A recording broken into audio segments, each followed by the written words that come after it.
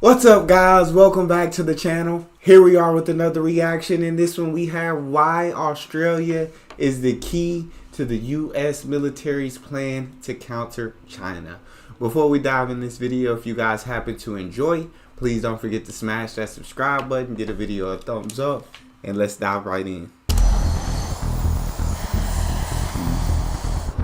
I'm traveling into Australia's remote northern territories, riding with the US Marines as they deploy into over 500,000 square miles of outback.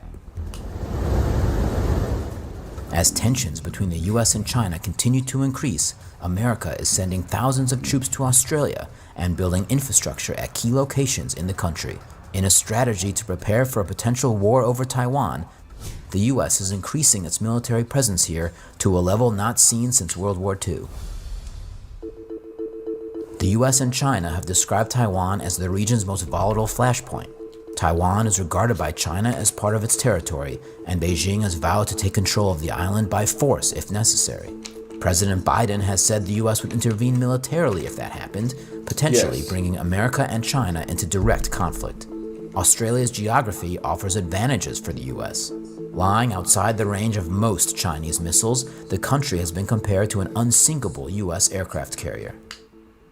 Hey, the country has been compared to an unsinkable U.S. military aircraft carrier, which is basically, saying Australia is basically perfect. Well, I guess the title says it all. So, why Australia is the key to U.S. military's plans to counter China. But it's almost like the way he worded it was like saying Australia is basically just like a strategic military tool for America. That's crazy. We're flying into the northern Australian outback. We're going to go visit a Australian air base where the U.S. is spending tens of millions of dollars to upgrade infrastructure as it beefs up its footprint in the region. Tyndall is one of those sites, an airbase that will soon be able to host up to 6 B-52 bombers, long-range aircraft that can carry nuclear weapons. The runways and facilities here are being significantly expanded, making Tyndall one of the only bases in the region able to host B-52s. Officials say bombers will soon begin making more frequent deployments here. It's part of an effort to turn Northern Australia into a strategic hub for US forces. Australia's size allows the US to spread its facilities across a vast area. American Marines and fighter aircraft operate from bases in the north. U.S. military equipment is being stored over 2,000 miles away in the south, and American nuclear submarines will soon start rotating through a naval base on the west coast. Should war break out, the U.S. can send these forces to its network of bases spread throughout the region. Dang, Australia is perfect. The work has taken on a new urgency as concerns grow over China's frequent military exercises around Taiwan. We're up here in Darwin right now, and that's where the Marine Air Ground Task Force for mrf-d deploys for about 6 months. Colonel Mulvihill commands a contingent of around 2,000 American Marines in Australia. In the event of a conflict, these troops would be deployed to areas within the range of China's missiles, aircraft, and ships. Nobody wants a war with China, so how do these forces deter and bring stability to the region? It's really our. I think when it comes to like militaries of these countries, it seems like every military kind of that I watched during videos of like nobody wants to actually go to war, but people want to put up enough of like showing their strength, put it up enough. They want to flex enough to the point where that you don't want to go to war with them. So it's like all of this military budgets getting all the money being spent on the military, all the strength being shown, all of this is basically just to deter other countries from not wanting to go to war with you.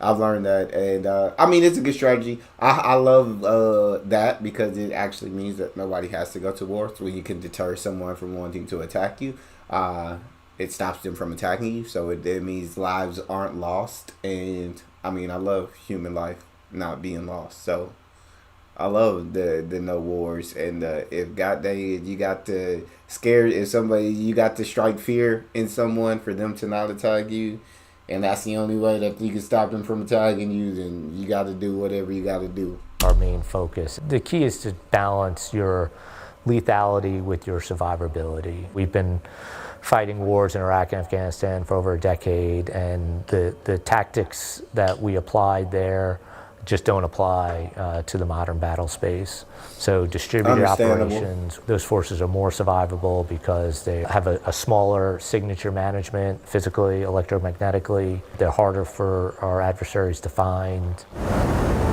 We traveled with the Marines deep into the outback to see how they are fine-tuning a strategy seen as critical to fighting China in its neighborhood. In a conflict scenario, teams of Marines would move forward as far and as fast as possible. Their deployment in small, fanned-out units requires developing nimble resupply tactics. Behind us is a forward refueling point where they've set up basically a temporary gas station for these Ospreys. Dispersing troops and equipment is a tactic designed to make it harder for enemies to detect and take out units in one decisive blow. America's growing footprint in Australia is part of a broad shift in how the U.S. positions its forces as it seeks to deter China. Any U.S. military action in the region would involve America's large military bases in South Korea, Japan, and Guam. But these bases and their fuel and logistics facilities would likely be targeted by China in the early stages of a conflict. Any reinforcements being sent from the U.S. West Coast to Asia could take days to arrive. The U.S. plan is to disperse troops and supplies across the region to mitigate this threat. Huge new tanks have been built in Australia's north to allow more American aircraft to refuel. The idea of creating infrastructure... That's kind of crazy to think about. I guess, Australia would be absolutely key to the U.S. military plans in a war with China. Just their location is absolutely perfect. It seems like they're out of range of, like you said earlier, almost all China's missiles and everything.